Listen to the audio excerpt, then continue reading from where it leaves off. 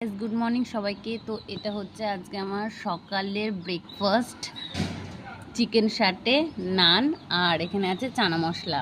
Actually কালকে আমাদের পাশের বাড়ির একটা বাচ্চার বার্থডে ছিল, আমাদের ইনভাইট ছিল, তো ওখানে এগুলো খেয়েছি। তো আজকে সকালে আবার দিয়ে গেল এগুলো, তো এগুলোর কালকের সোজাসুজি কথা।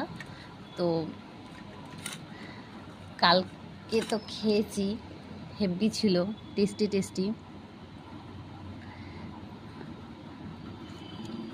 চিকেন সাটেটা হেভি টেস্টি হয়েছে।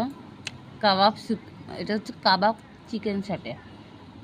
আর নানটা হেভি সফট ছিল কালকে,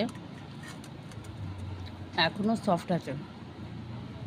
আর এটা হচ্ছে চানা মশলা, অল্প করে নিয়েছি, কেন এখন যা গরম পড়েছে, এত রিচ খেলে আমাকে আর দেখতে হবে না, পুরো এক কড়াই দিয়েছে, তার থেকে আমি একটুখানি নিয়ে নিয়েছি। আর সত্যি কথা বলতে এই চানা মশলাটা কালকের থেকে আজকে বেশি টেস্টি লাগছে।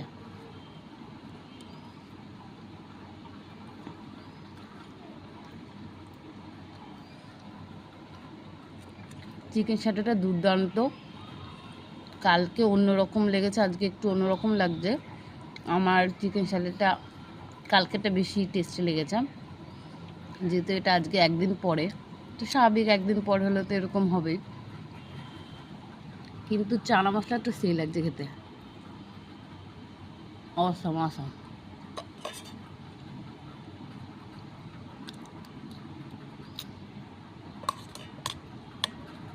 এর মধ্যে আবার কিমাও দিয়েছে, কিমা টিমা দিয়ে এখানে বানিয়েছে, এই যে কিমা দিয়ে বানিয়েছে, মাংসের কিমা দিয়ে বানিয়েছে। যত সম্ভব মনে হচ্ছে এটা মাটন দিয়ে বানানো, এটা চানা মশলাটা।